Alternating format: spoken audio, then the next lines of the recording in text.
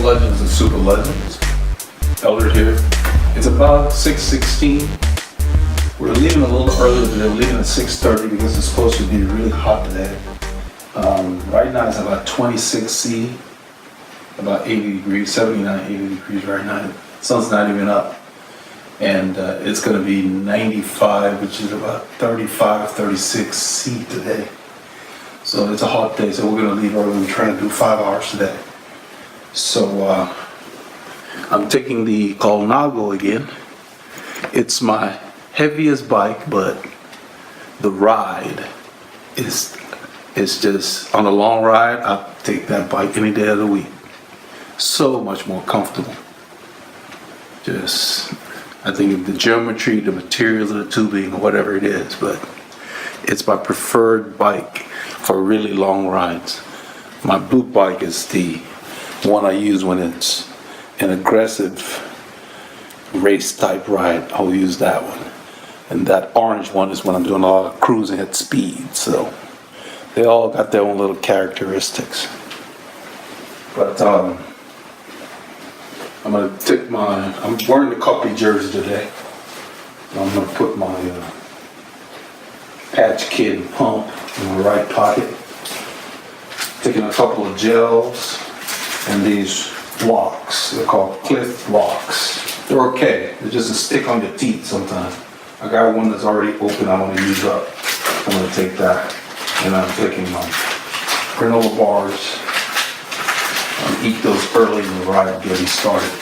I already drank some electrolyte, and I'm just taking water on the bike, 2 bottles of water. So I'm gonna take the camera and take some clips for you guys.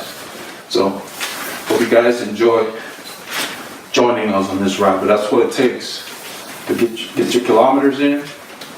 You've got to get up early sometimes and get out there. So I hope you get some miles in today.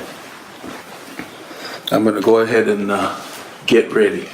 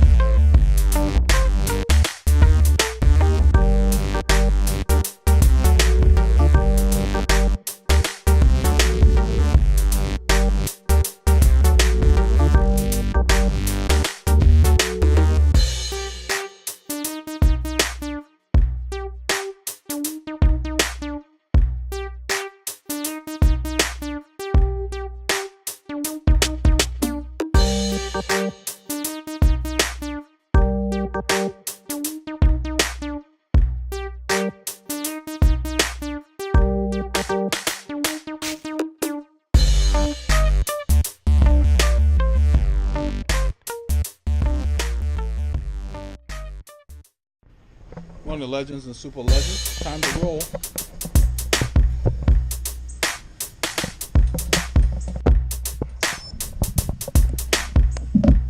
Try to meet Paul on the road here. So we're gonna head out.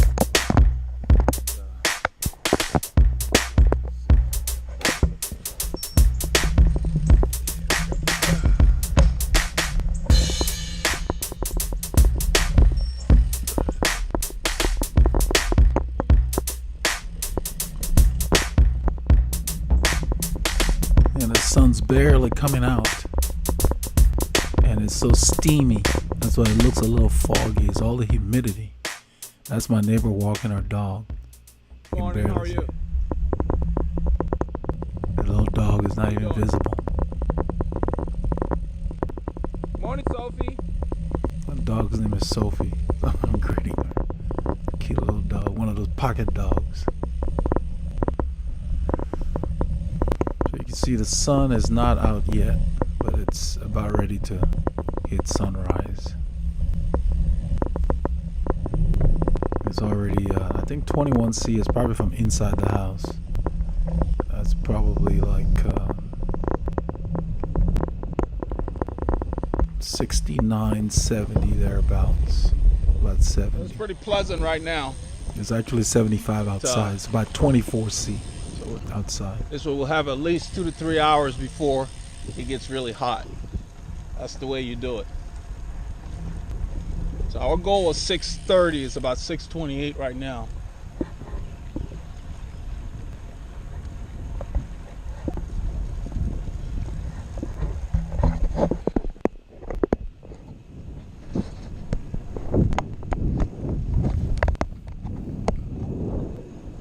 I don't know if you guys can see the moon up there. It's like a half moon.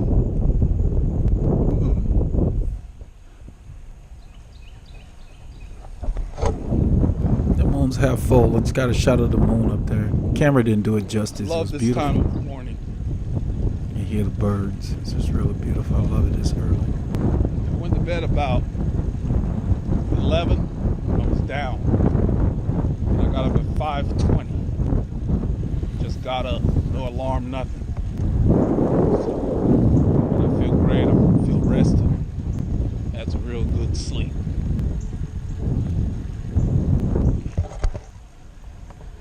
Yeah, I slept hard, so just woke up. Didn't need an alarm. Ball should be pretty close to the area here right now.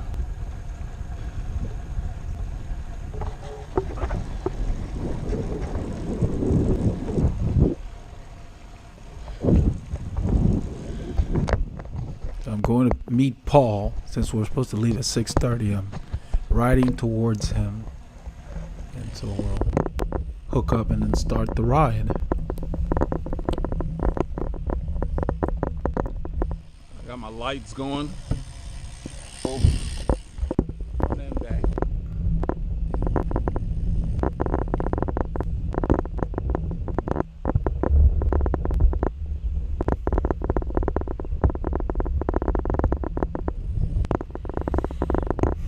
You can see the temperature says 22 C.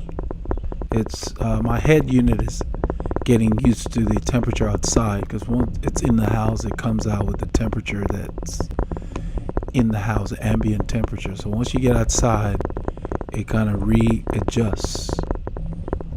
So within a few minutes, it gets up to like 24 C, which is 75 degrees Fahrenheit. That was our low for the 24-hour period, which is pretty normal. 75 to 80 this time of year is the low. So here I'm doing a U-turn. I saw Paul because he's got his front light on flashing. Paul There coming, it is. guys. So I just turned.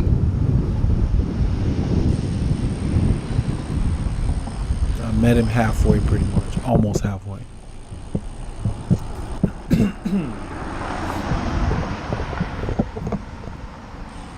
Still see the moon up there. That's the moon. Where I grew up, we didn't have the moon up during the day because we were at Go the ahead and equator. start eating. Out On a here. long ride, we're doing 5 hours today. You want to eat early before the ride heats up. You want to eat at least every 30 Paul, how you minutes doing, man? if you can. So your energy levels stay the same. That's fine.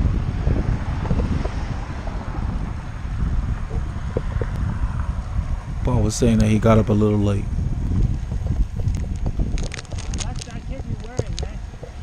Yeah, I like the jersey. Fits really well.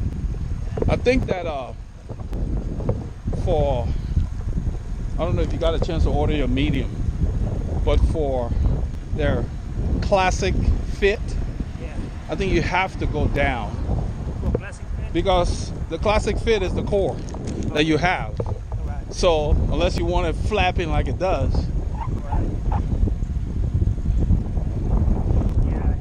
because the on the Giro jersey that we both have, it has what they call a race cut.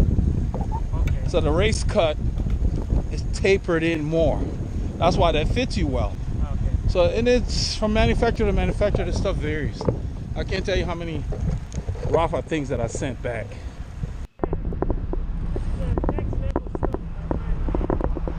So at this point in the ride, we've gone through some hills and so forth, and we decided to film this section. Let me get you. because I wanted to show you guys Yeah. what high cadence This stuff is here is and how you should look regardless of the cadence you're operating at. We're on a busy road here. It's a 2-lane road, so we're using the shoulder. You know, the law says basically you're supposed to ride as far to the right as is practical. They use the word practicable, which equates to practical. But for the most part, since it's so busy, yeah, even though the shoulder is small, it's smooth. So we're using it. It makes it easier for the cars to pass. They move over somewhat out here. There's a lot of, you can see that car going by. There are a lot of cyclists up and down on this road. This might as well be an official bike route. Now watch my cadence. We're going a little, it says 0, but it's going to be downhill. And I'm kind of easing into the cadence here.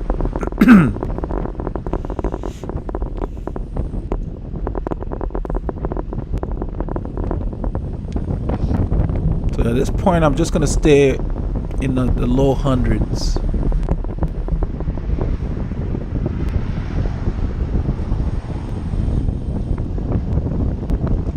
It says -0 and then it goes to 0, but it's a slight downhill, but it doesn't feel like a dramatic downhill. So we're trying to keep the effort. Right now I'm in zone 2, the bottom of zone 2.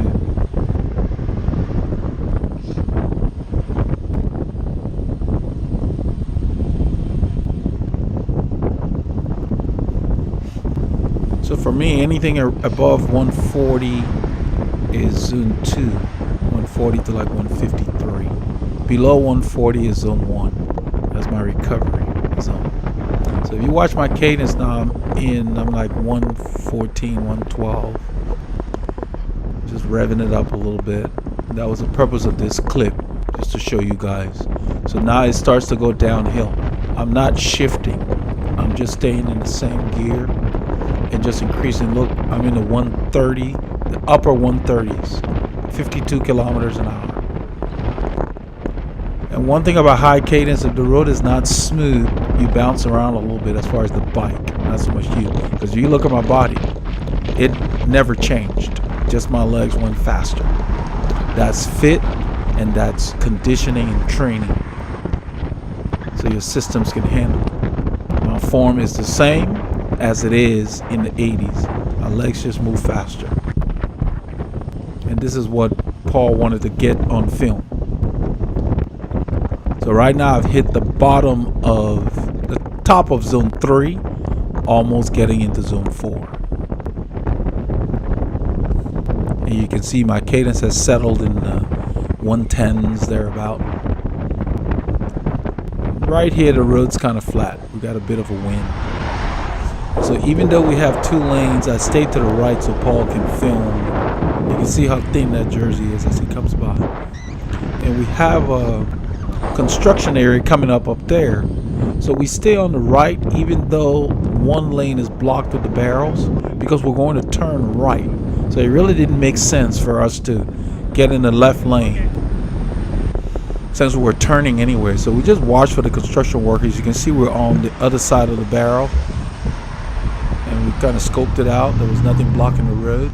We're turning right where you see this heavy equipment on the right. There's a turn. The camera makes it seem further than it appears, but we could see all of that, so that's why we made the decision to stay in the right lane, even though the barrels were blocking that lane. man, that was good. Good footage, huh? Oh man, that was good. You can see the sweat glistening on Paul. That's from the humidity. That speed was. Yeah. 130 something RPMs I saw. Oh man. I want to show the boys that this is how you do it. So you want to be able to spin like that? Start with a fit, invest in a fit, and then you need to train the mechanics of your neuromuscular system. I think this might dead end. We'll find out up there. I've never been on this part before. So So we're kind of exploring new roads, part of this ride. That's the whole fun of going out for hours. You don't want to be regimented. So we've never been on this road before. We don't know where it goes. And it ends up being a dead end. But we got to check it out.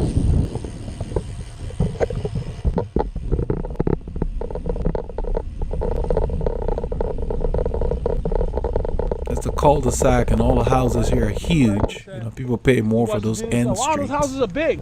I thought it says Texas. Everything's big. I said Texas is about the size of France. But he's right. You know, the Europeans don't have a very large, they don't have large houses in general because everything is close. And one of the legends had posted a question Yeah, they don't about have the space. They're a not comment. spread out like we are. saying that, man, the houses in the video are big, one of the group rides. And so I had replied telling him that everything in Texas is big. But it's more of a U.S. thing, especially the How newer does that states. drive to Waco? 3 hours Yeah, one Paul way? just did a 6-hour round trip ride the day before this ride, and that's what we're talking about. MJ asked He had to go to Waco Celia, why you gotta go And stay come at right school? back on Friday, the same day. Why And that can gotta wear go you stay out. at school? As Miss Celia said, my school is too far for me to go every day. And I'm thinking Houston is so big, it takes an hour to drive to her school. Yeah. One way. Yeah. So she's staying on campus. Here's our climb, man. This is good. This is a separator. Go ahead, I'm just filming for the boys. How you gonna climb? Well, this is for Jose, as Paul's climbing out of the saddle. And the bike does its own thing. We're going up right now it's 3, but I think it gets up to like 5%. At this part of the ride, we're zone 1, zone 2.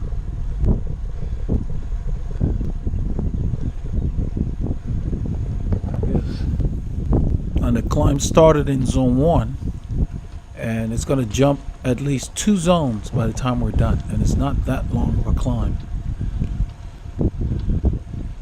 So I'm already in zone 3 here, you know, top of zone 2 right now, entering zone 3 for me anyway. And my legs were consistently telling me, yeah, that was It's about 5.7 here. zone 3. This is the apex, and it's dropping.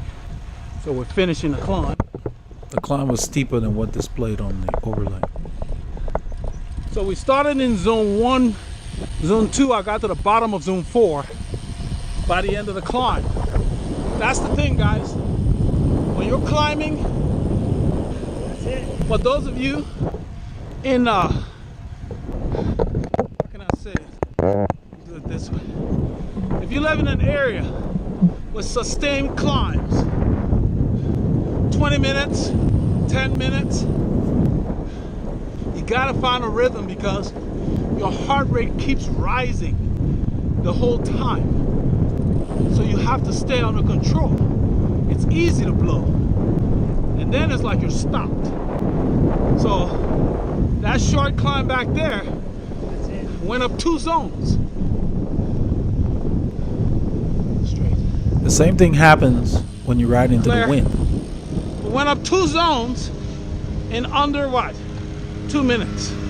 So if you're climbing for an hour, find a good gear and stay under control because your heart rate rises with that gravity. So you gotta wait until you get into your rhythm. That's why the pros, a lot of times, you'll see them get dropped at the beginning of a climb and they come back because they stay under control. Because when you're fighting gravity, there's no coasting. So it is a constant work going on. Same thing into the wind. So you've got to find a rhythm so that your body settles into a zone that you can maintain. You get too excited, you can blow. That's the key. That's the difference. On the flats, you can pretty much, if there's not a whole lot of wind, you can coast. So you can back off the power and just roll. But going into the wind or up the hill, you back off the power, the wind will slow you down, the hill will slow you down even more. So it's a different kind of effort. It's the same kind of riding. It's just against a different kind of effort because you're fighting different elements. That makes sense. Because, you know, a lot of people ask about, oh, do a video about climbing and do a video about how to climb. Once you can ride going uphill. The key you have to understand is staying within the zone you can sustain. That's the only difference. The riding is the same. Somebody posted after the last group ride, do you shift on your saddle when you go uphill as far as where you sit? I don't move. If your fit is right, you shouldn't need to. It's your legs doing the work, not your butt. So you don't need to move your butt. If you're trying to recruit more power, that means you're not efficient, you're not optimized. That's why you're moving back to recruit your glutes. That's what it is. But if you're fitted right, you should be able to recruit your glutes in the position you're in. So if you look at Paul right there, it doesn't matter where he's going, he stays the same position because he's using his glutes all the time. So if you fit it correctly, you shouldn't have to be moving on the saddle. And most people are not fitted correctly because everybody assumes that they can fit themselves. So the only riders that are consistently fitted well are the people who are competing because they understand, they get in there and they realize I've got to get some help. And most of the top teams have fitters that help them dial things in. But the average recreational cyclist, they just think, nah, it's no big deal. And that's the simple, most important thing. Not to forget to eat because this is hour 2 to hour 2.5. And yeah, you can be feeling good, but in hour 4, man, when that hits you, it can hit you like a ton of bricks. Yeah. On a long ride, don't forget to fuel yourself. You want to finish strong. You're eating for the hours that are coming up, not for that moment. So you can't fall behind. So everything I talk about, Jose already said in one of his emails. I mean, he just was spot on.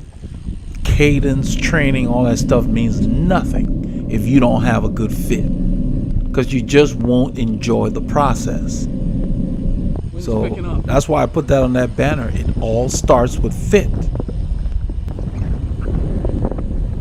I was fortunate enough to have somebody help me with that early on, and then I learned more about it because there's a lot of riders that struggle with bad fit. Stop right there. It just ruins your enjoyment. We have a wardrobe malfunction here, so we're stopping to straighten it up. You gotta display the American flag in the proper position. You gotta check the back. Every time you have that on the back, you gotta put it on your Achilles. You got it all the way to the side, so the flag is all twisted. The same thing with the other one. You gotta line it up. I do the same. You gotta thing. look I have the that little business. black and white thing on the back of the. You gotta put it on your Achilles. Display There you that go. flag with pride. Check the other one again, the one I just did. Pull it over to the bike, yeah, towards the bike. It needs to be on your Achilles. There you go. You line up that bad boy. So from the back, it looks the business. We needed a break anyway. That was another Once it's on your reason we Achilles, stopped. you're good. Man, it's hot. We're stopping and sweat is just dropping off of me. It's humid. The humidity was just high. On this stop, What ends we're up just happening is you're sweat was really just eating rolling. for the last hour. So you want to make sure that you're topped off so you finish the ride strong. That's the key. Uh-oh. Killer comes. We surrender! We surrender! I'm going to put you on YouTube. You can't even see the guy. Short little dog want to be tough. Hey, stop.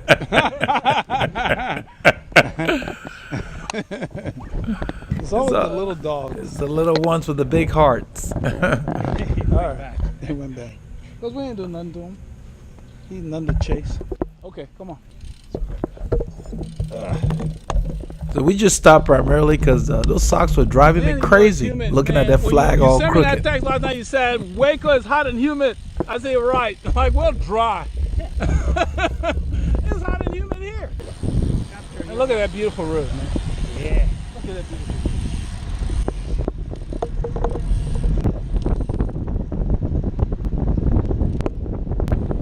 So what I was saying earlier is riding up a climb is just like riding on the flats. It's just that you have to keep the pressure on the pedals. You can't back off. You can't cheat. There's no coasting. So climbing is just like riding, period, except you got to pay attention closely to how you're feeling, because you can't overdo it. There's no respite. You cannot take a break until the climb is over. That's the main difference. That's why you got to be more conservative in how you dish out your effort. That's the only difference. I pedal the same. I sit in the same position, and I just ride the climb, because you know your heart rate is going to go up. Same thing in the wind. So you don't get excited. People that can climb, they might attack and open a gap, but they settle back down to another pace, to a lower pace to maintain. Because climbing is hard for everyone, especially us bigger guys. I mean, I'm 87 kilos. I weighed myself yesterday. 87.2 kilos. That's about 192 pounds. That's a lot to carry with somebody who's like 60 kilos. You know, that's like 20 kilos. I got like 44 pounds more to carry than the average cyclist per se. But, you know, in the U.S., I guess the average cyclist might be 70 or 75 kilos. Hard to say. But you don't want to focus on that. If you can generate the watts or the power, it doesn't matter. Your watts per kilogram will still be there. You're just going to have to put out more watts. But there's no point chasing a lightweight person up the climb. Catch them on the flat, because they can't handle the flat. From a physiological standpoint, bigger riders thrive on a flat road. For some reason, we can handle the resistance of the wind easier than smaller riders. That's why, you know, the people that win the tours. On the downside of a 5-hour ride. Paul looked like he just started. So we're heading back south. We got the wind in our face. And we're in some rollers. We are drawn to these rollers for some reason. Every road is up or down. The people that finish the tours have to be good all-around riders. That's what it takes. You got to be able to climb, time trial, and sprint. I'm applying more force here. My cadence has dropped below 70. It's a short climb. Far back. I'm going to move up. I know I can't climb as fast as somebody who's 60 kilos in decent shape, but I know I can keep the gap down and catch them on the descent and on the flat. So that's what you have to realize. You don't need to go and keep it chasing and attacking. Now look at that beautiful You climb. have to learn that. I've actually come to love climbing. See how handy this thing is, man? Look at it. Built my power Film like that too. quicker. It gets me in shape faster. It looked longer than it was. We're already in the climb. And it's almost over. Yeah. And this is Ridge Lake Shores, Fish Creek Parkway. So we're back to this narrow Fish Creek highway. Thoroughfare. And I want you to pay attention to the rider that comes across the highway That's where here. those guys were coming from. Right on the coming that way. left. He's coming through. That's where There they he were coming is from. Stop. in the red jersey. He's a triathlete. All right, go. He's out training. He's headed back in town. We're going in town too. We've been out in the hills just like him. And the reason I mentioned A lot him of is constructions that have chewed up. At least they got the barrel. Certain parts is not too. we end up pulling him in unintentionally. And I'm going to show you how I think everybody should pass another cyclist on the road, especially experienced cyclists, instead of these guys that come back and act like it's a race. Stay where you are. So right now, you know, it's busy. We're using the right side of the road because the law says ride as far as is practical. We don't want to block and impede the flow of other road users. So there's a shoulder that's somewhat usable, so we're there. If it weren't, we'd stay in the lane more. And share the road means cyclists and drivers. Both of you need to share the road. Even though we can ride in the lane, if we can ride where Paul is, why not? So we're sharing the road. They're sharing the road by moving over when they pass. That's the law. But not everybody obeys the law. We know that. On both sides. That's just people. So you got stupid drivers that want to pass right by your handlebars. And we have riders that will take up the lane because they've had experiences with stupid drivers, or they're just jerks and want to assert their right to be on the road, which just doesn't do any good for either party. So those of us in the know, we use the space that is necessary to ride our bikes, because we're just out to ride. We're not out to piss people off. That's our goal. Our goal is to do 5 hours, not upset drivers. So you can see that white car, he went by, he moved closer to the yellow line because this is a busy road in both directions. So the shoulder's smooth even though it's small. Most cyclists on this road use that. They're doing a lot of construction. I'm hoping they will give us a wider shoulder because this is a pretty busy road. That would be great because I love these hills. These are our longest hills out here. There's a section where we'll be riding about at least 3 miles climbing. For us, that's long. And it goes up and tapers off. So it's kind of nice, almost like being in the mountains where you climb for a while, it levels off, then you do it again. So I was just letting Paul know any kind of obstacle coming up, I wave at it to kind of let him know there was a mailbox that was in the way. Too close to the road, so I let him know. But if you watch my speed now, 28 kilometers an hour. We're doing about 18, let's see, it's 14 and 3, 17, 18 miles an hour. So we're going into the wind in rolling terrain. So any downhill, when it says -0, is slight. So it might as well be flat. And the rider I mentioned up there is within visibility, but the camera doesn't really show. You see how far that guy went over the pass? That's what I'm talking about. We're out here every day. This area here, we have a lot of riders. Now the road has 2 lanes. Yeah, we can use that lane. What I've decided to do was stay here so Paul can use the lane without us taking up the whole lane. You can see his shot now. He can get me from an angle. So the wind's coming from our face and to the right. So I'm hugging the white line so that Paul can have more room and use the lane if he wants to. That's the way you should ride. You have to ride for the other riders that are with you. Since the wind's coming from the front and to the right, it's a slight echelon for us because it's mostly from the front. So he's not going to move way over. You can see right here, he's filming because he's on the road and I'm not. So I'm letting him have the room. There's a rider up there. I did a screen freeze here.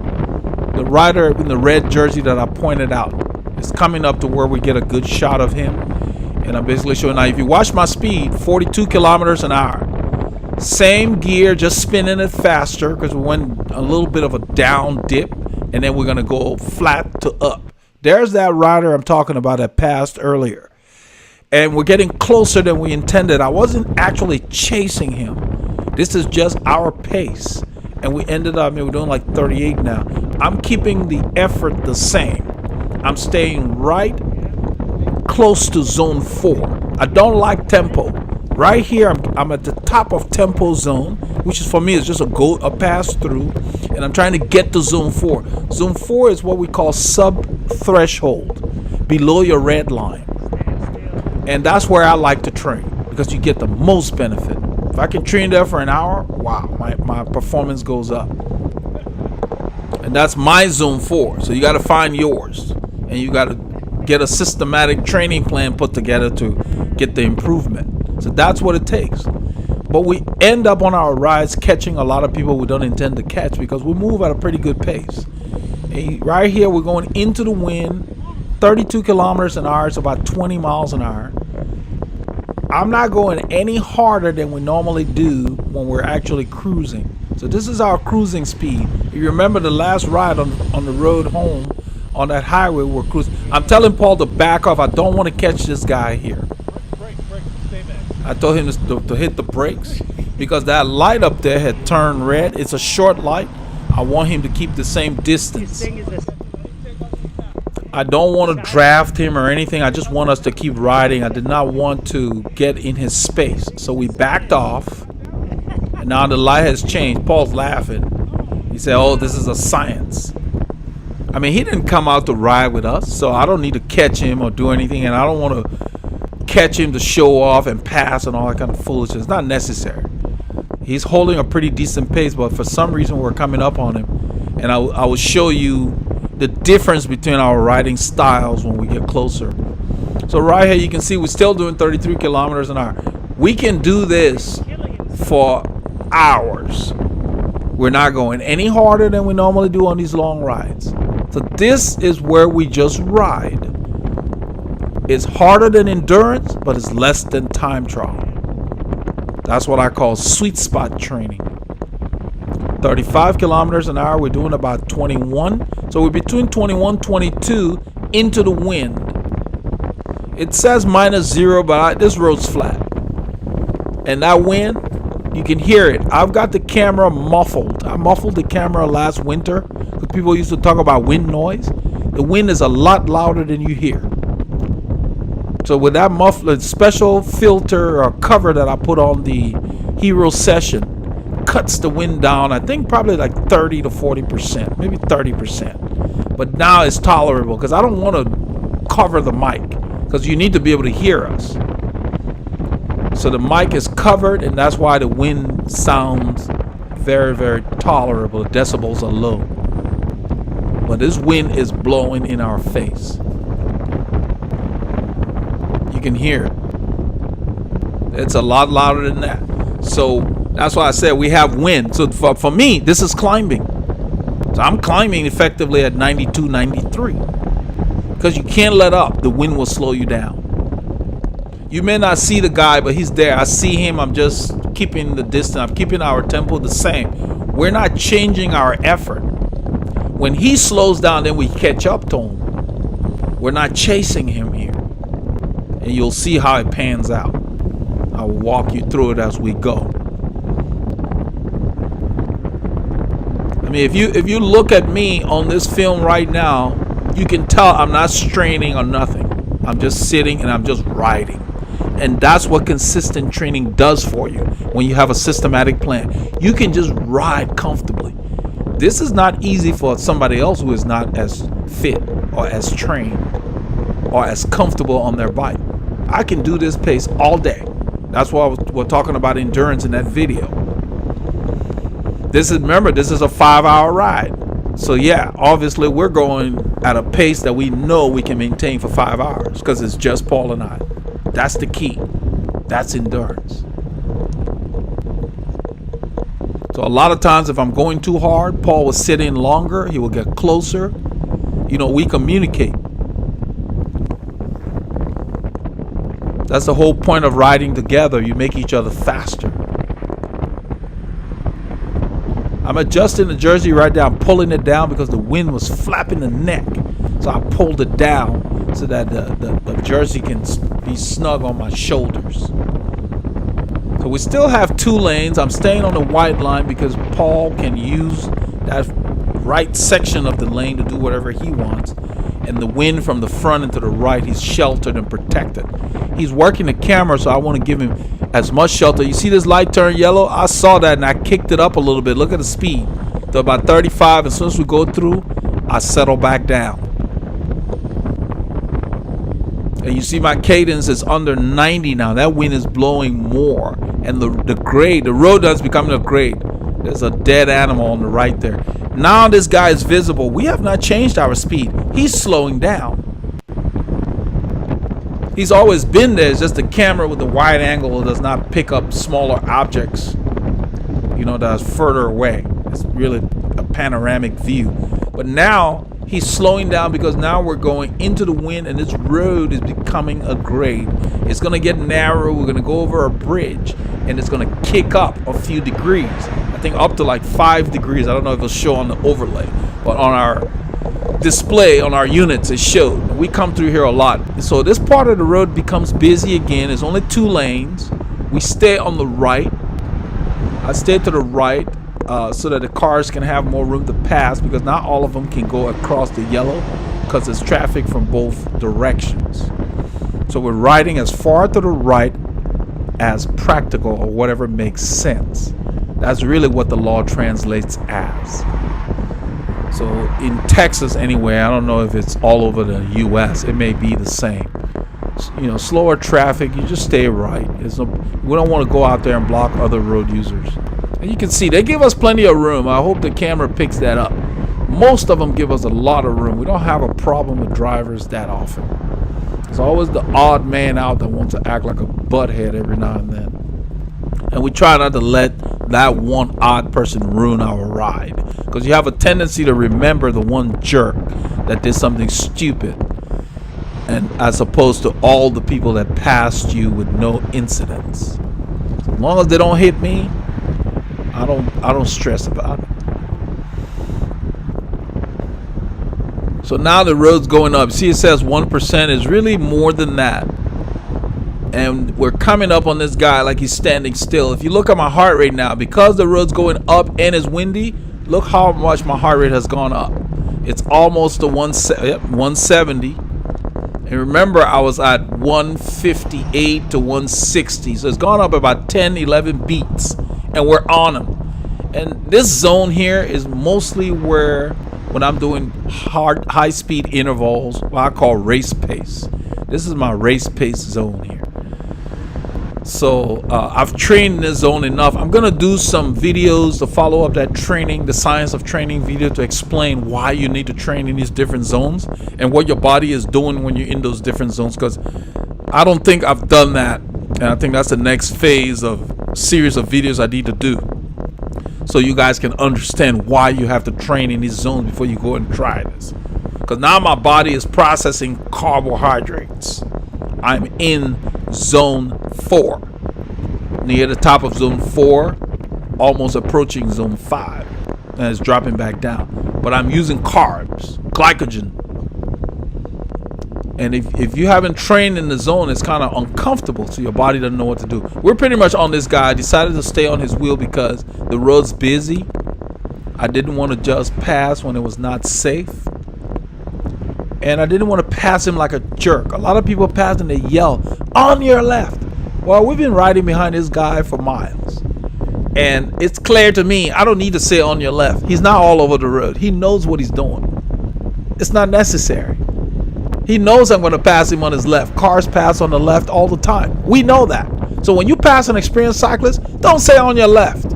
Just pass. But don't pass right by the handlebars. Give him some room. I'll show you. You know, I hate when people come by, you know, when you're riding in your own world, and you just hear somebody yelling at you, "On your left." It startles you. I don't want to hear that. This guy's been tracking a straight line for miles. I don't need to worry about what he's going to do. You know, he's been on this little shoulder without deviating, you know, for 5 or 7 miles. I don't need to tell him "on your left." I know where he is. All I need to do is pass, just like a car would. Drivers don't yell at you when they come by and say "on your left." They just pass. You know, so I hate when people do that. I only do that when I see a cyclist who's all over the road and there's not enough room for me to pass him wide. Then I will let them know before I get to them, I'm coming on your left, or on a hiking and a bike trail, pedestrians and other people. But people like these that know what they're doing, there's no reason for it. So I decided I'm not going to pass him. My heart rate has dropped 7 or 8 beats. And so I'm back to the bottom of zone 4, top of zone 3. And that's the key for all these, the training we do. When the pace backs off, your heart rate drops quickly because your body is so efficient that it doesn't need to keep pumping that blood as soon as you back off the effort. That means your recovery is up there. It's high. You have good recovery. You don't waste energy. So right now I'm really resting on his wheel because now he's blocking the wind for me. But I decided I would sit behind him until the road got wider because this is below our pace. I want to be 162, 163, zone 4. I can tell, not even by heart rate, I can tell by the feel of my legs that we're going slower than we want to go, than we normally do. But I decided to wait. Now that the road is wider, this is how you pass an experienced cyclist. I look back, no traffic. I move over more for me and Paul because he's behind me.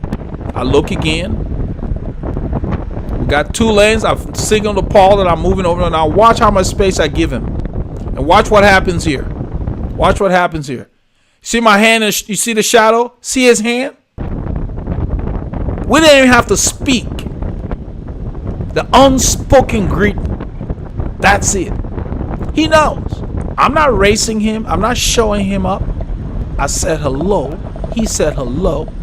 And the way I did it, and immediately the light changed, and so we had to slow down. So I put my hand out because he's right there. And so we stopped. Now watch, because of how I passed him, he's comfortable with us. So I turned. How you doing this morning, I'm speaking to him. All right. A little toasty, but a little toasty, but it's August, right? Yeah. We started early for that very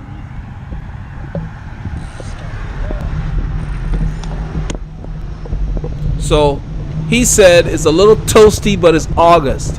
I turned around. I said, how you doing? Give him a thumbs up.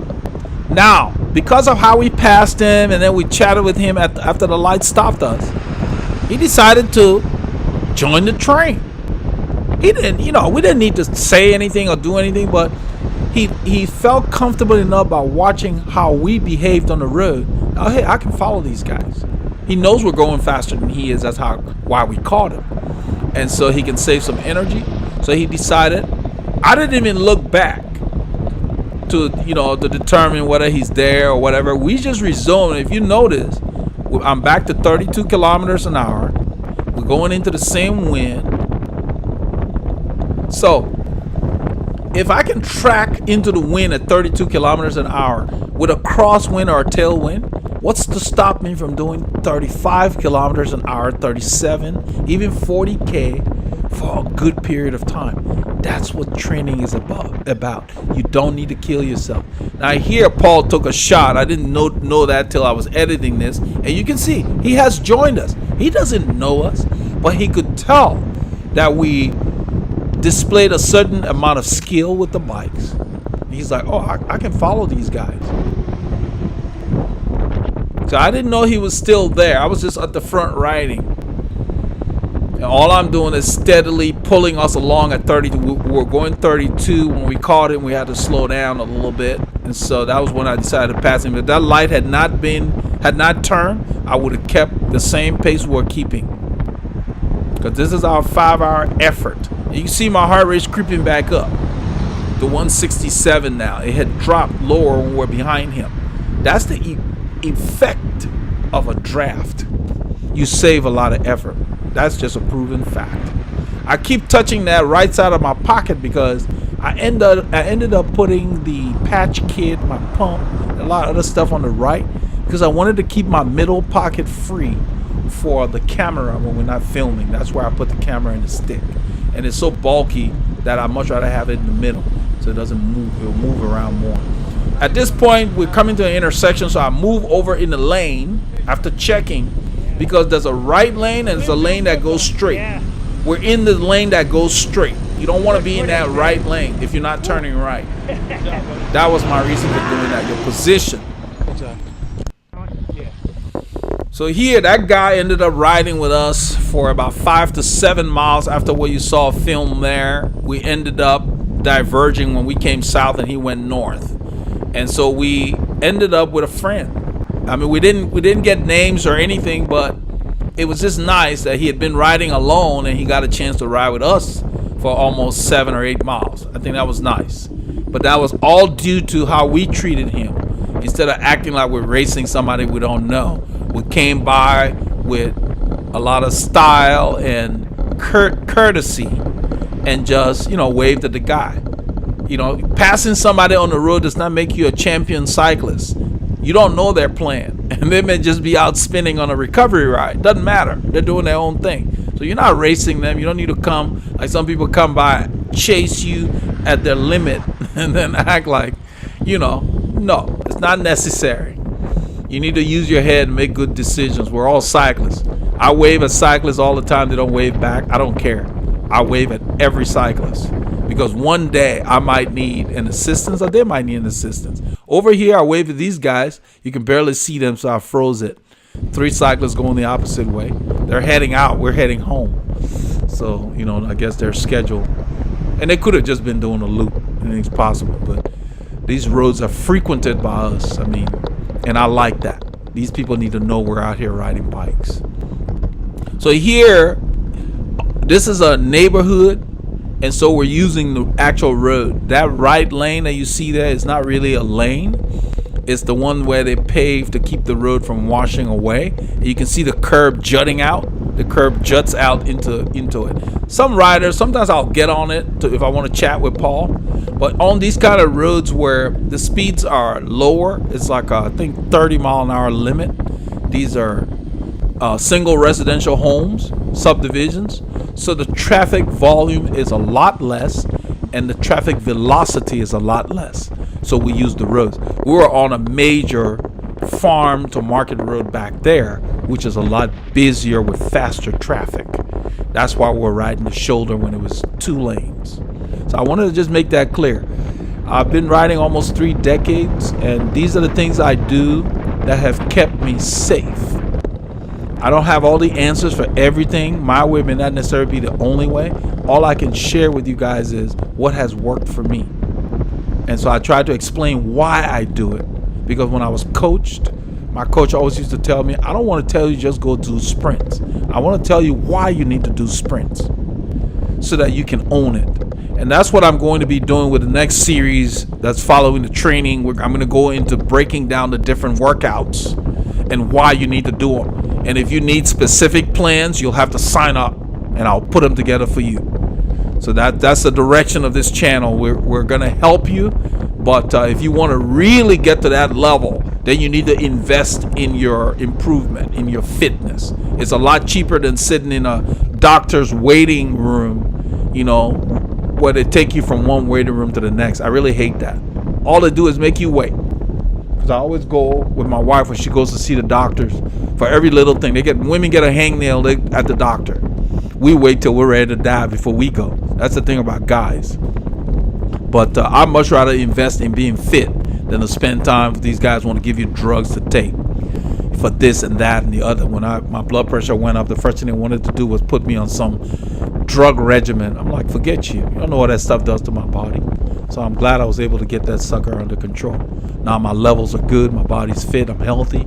I don't have any health problems. And nothing will stop me from riding my bike because that's what got me there. Because even though I raced, I didn't know much about that. That was all racing. So now I do it to stay fit, and I like going fast. So Bikram mentioned, Bikram posted, he said, how do you keep it going? I can't find other riders. And maybe I need to do a video on what motivates me. Maybe that would help. I'll make a note on that. So just get out there. I like riding my bike. I just get out. It's got one saddle. I don't need anybody to go with me. It's nice if I can get somebody, but without it, it doesn't stop me. That's my personality. I don't have to wait on somebody. Good, man. You can pop it off. Good job. So we're back in town. Just dropped off Paul. He's on the way home. And I'm wrapping this up. On the downside of our epic ride today. This is my home stretch here.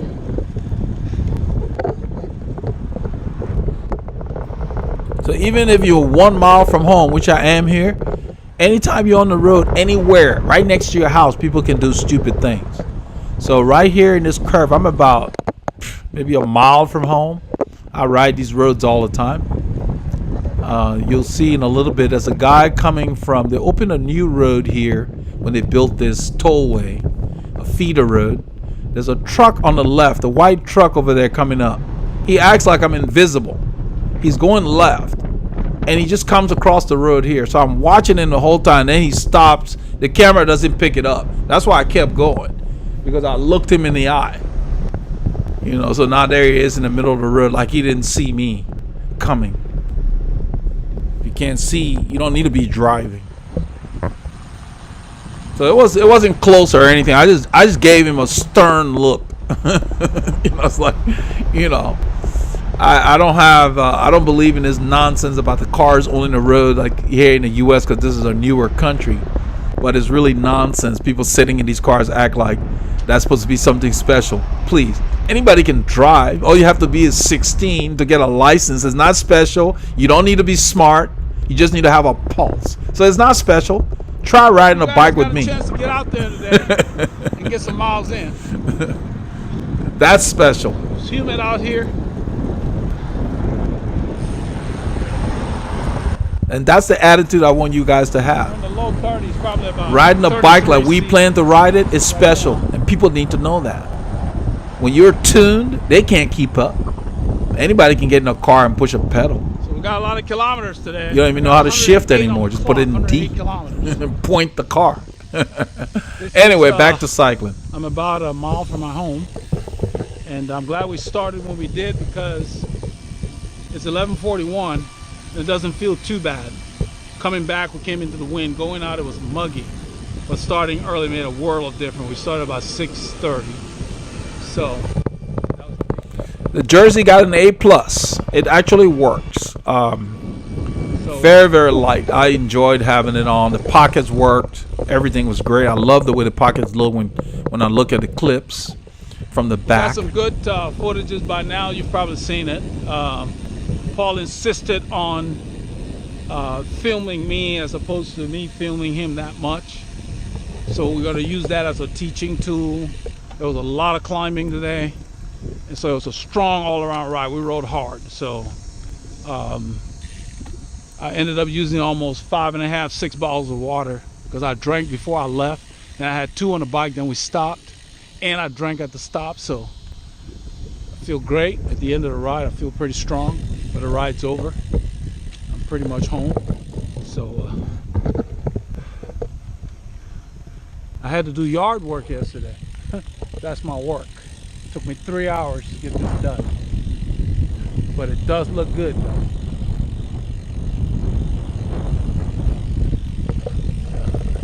It grows too much in the summer. It grows too quickly. I have to cut this thing up pretty much every week.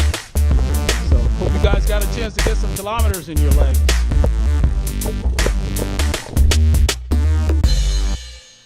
It's cool. Good ending.